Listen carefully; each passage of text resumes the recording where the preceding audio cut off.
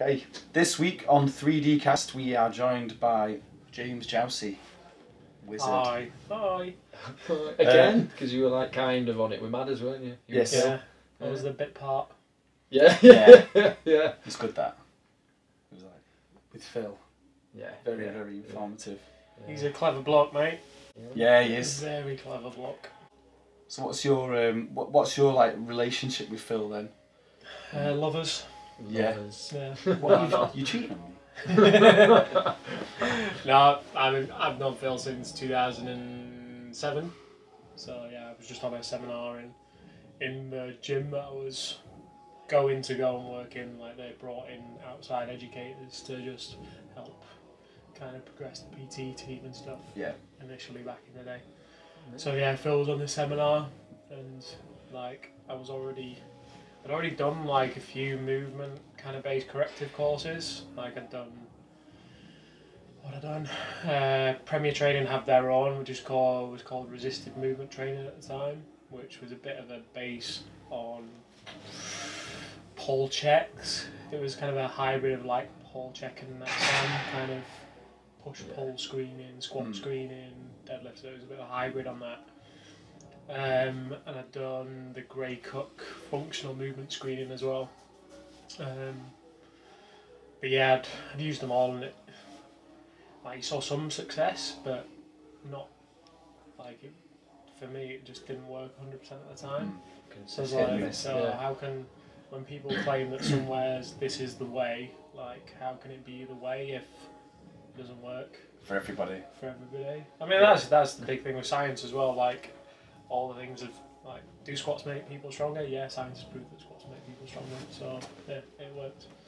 Yeah. Like when these courses saying, "Oh, you've got to do this," but then people, overuse the squat. But that's a different, it's a different conversation. But like when they're saying, "Oh, do this and you will correct this person," okay, now it doesn't happen. So yeah, I was in the room with Phil, and then they started talking about principles, like so we're in 2007 principles, which are the buzzword now. Like he was ahead of the game. What was he doing at that time, Phil? What was he involved in? Phil had he was just finished being a lecturer for Premier Training. So I did Premier Training's diploma course in 2005, and I think Phil had been working for them since he was 19. Right.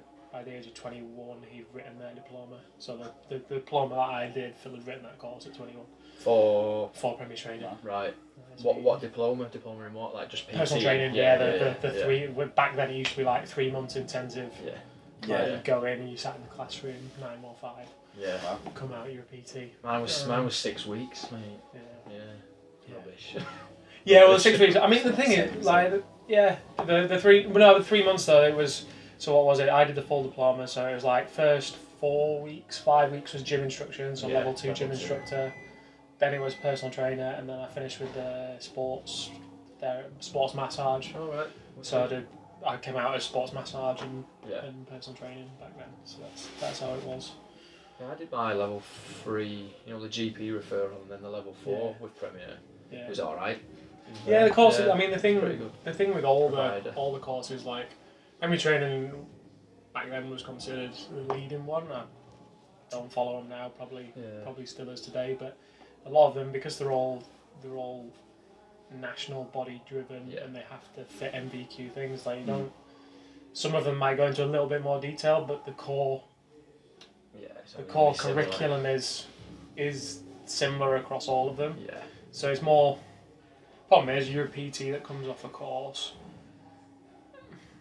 If you just came off that course and that was you for the rest of your career, then I'd say probably invest in Premier Training. But you need to do more than that. But if you want to get qualified as a PT, there's probably a cheap one out there. Get your level 2, get your level 3, and you're insured to work in a gym. And then now go find all the clever people out there that. That was the way I did it. It was 6 weeks. The training room. It was a few grand, to be fair. I mean, my dad paid it. Wicked. But 6 weeks, and then you're out in the open, in the real world. You don't really know anything. You're just like blagging it. Yeah. Yeah, I mean, I used to be in the gym remember being in the gym and say you coming into the gym. So this was me 2007 time. So I'd been 2 years and had full client base and everything like that. And new guys who come in the gym and everyone gets a little bit insecure. And you see other trainers going, "Oh yeah, he doesn't know nothing." It's like he's only exactly the same point. Yeah. Where I was 2 years ago, and where you was a year ago. Give the guy a break, help him. Yeah, and that's fine, like you're saying. Yeah, don't just stop there, keep going. But don't. I started out in a global, a cheap budget gym, and I had some alright lads there who helped me out, and Because the thing with personal training, especially in a global, but it'll still be the same in the gym here. People, you might be the most knowledgeable guy in the room, but people might go to one of the other guys purely because they have better rapport with you. Yeah, of course, yeah. And it's well, I want to spend an hour. I want to spend an hour with that person. I don't want to spend an hour with this person because he's just not my kind of guy. It doesn't matter. It doesn't matter how good you are as a it's the personal training industry. How personable are you? Yeah. It is. People want to spend an hour at a time with you. You can be the most knowledgeable guy in the world, but if they don't like you, then they're not going to invest in you or buy into you as a person. Never mind as a trainer. They don't like you, and that's it, isn't it? So, but little swerve sidewinding there, didn't we? Yeah. So then Phil was there talking, and it just kind of a lot of dots kind of lined up for me. Did you immediately see him as someone that you could begin to learn from? No, honestly, it was a year. It was a year from because at the time, back then it was because the mentorship was 6 months and thousands of pounds again. And it was where am I? Where am I pulling that from? And it was only one seminar I'd done with him. So, but what I'd done was I'd gone away and started to apply some of the principles and was wow, this is working. And I had an injury myself and started CrossFitting and pulled my back deadlifting.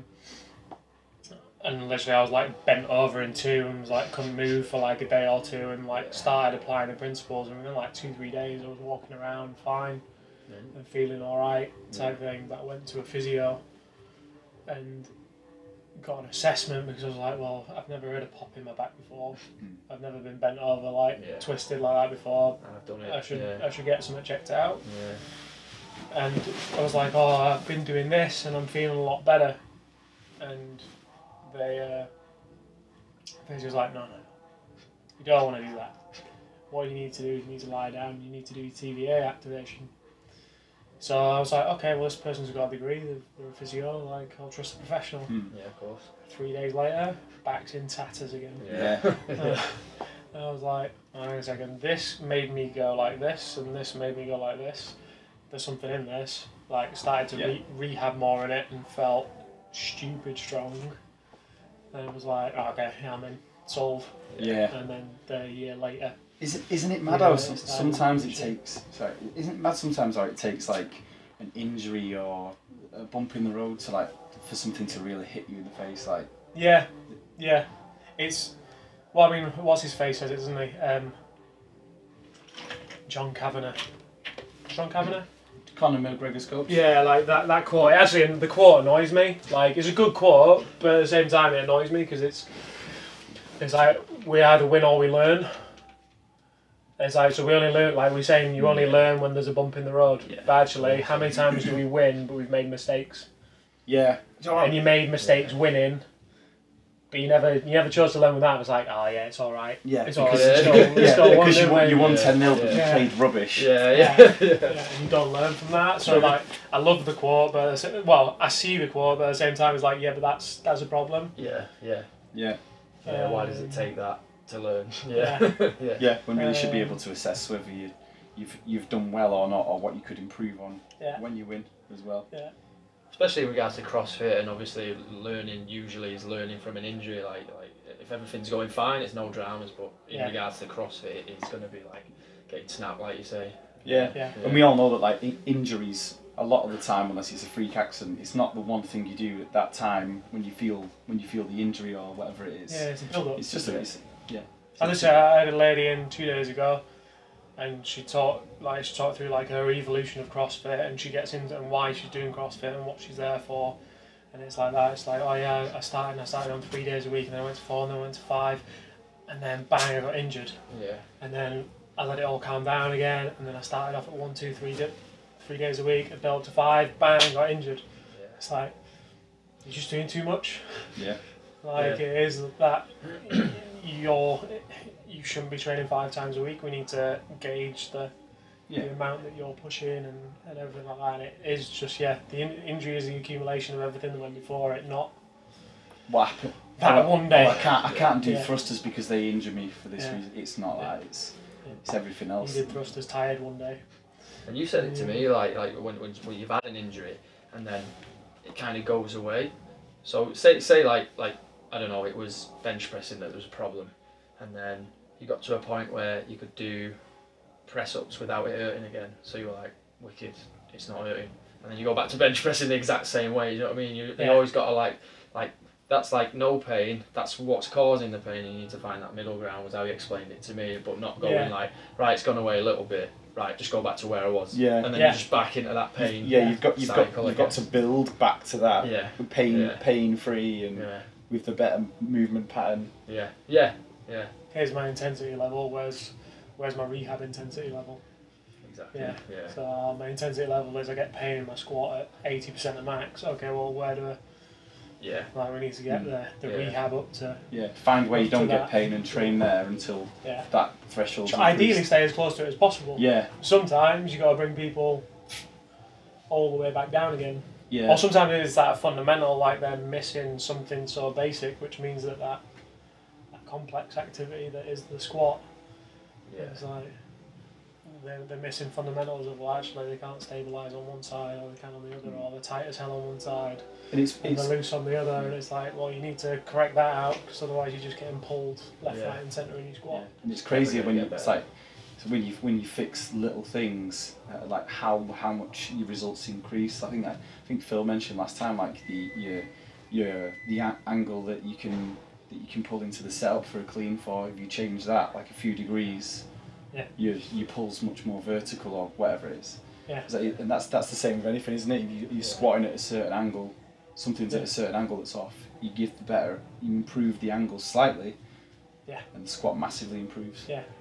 That's huge. Yeah, the angles are, biomechanics are huge and everything. People think, I need to get stronger. Do you, or do you just need a better squat? A better squat. Yeah, like a better why does a cyclist and a swimmer a cyclist spends all the time in a wind tunnel? Because all they want to get is optimal lines, less wind resistance through angles. Yeah. Cycle all you want, do as many squats as you want, do as many leg exercises as you want to get your legs as strong as you want, but you probably save more watts. Yeah. Or create more watts, just everything. Fighting against less wind resistance, and then swimming the same thing. How can you cut through the water? That makes sense, doesn't it? That's quite clever. It's exactly the same thing on the squat. You try and drill it in there, like with the. I think you did it in one of your warm-ups the other day. You put a tempo in the air squat, because how many times do you see people air squatting and it looks almost like a deadlift? You know the Murph squat where they bend over. Why don't you make your air squat as good as it can possibly be, because that will transfer to every other 100% effort squat that you do as well. Yeah. Body learns. The squat's a big one. So from, I don't know, if someone comes in with like the world's worst squat, because people want to squat. If it's back squat in the workout, they want to do it. But obviously, if the squat's that bad, then you don't want them to do it. So you need to find some middle ground. So I don't know, like how long would it take someone, if that's all they did, if all they wanted to do was improve their air squat and get to a point where you were like, or is it just really that individual? If someone's just like really bad, really rubbish squatting, how long? Well, the thing is, there's no harm in. Depends on how technical you want them to squat. Yeah. But Madison has done great work with Padme guys. Yeah. Actually, he never taught them to squat. He just said sit down, stand up. He's not overcoached them or anything. He's just and over time they've found the right position of squatting. And I've seen Phil's uses that with his cyclists. I've watched his cyclists do like Olympic lifts and squats, and he's never taught, like, he doesn't coach them how to squat, he doesn't coach them how to Olympic lift, and actually over time they're getting, is it a perfect Olympic lift clean? It's not, but they're actually starting, it resembles someone that's never been taught anything, it resembles what it looks like, because the body finds the efficient path.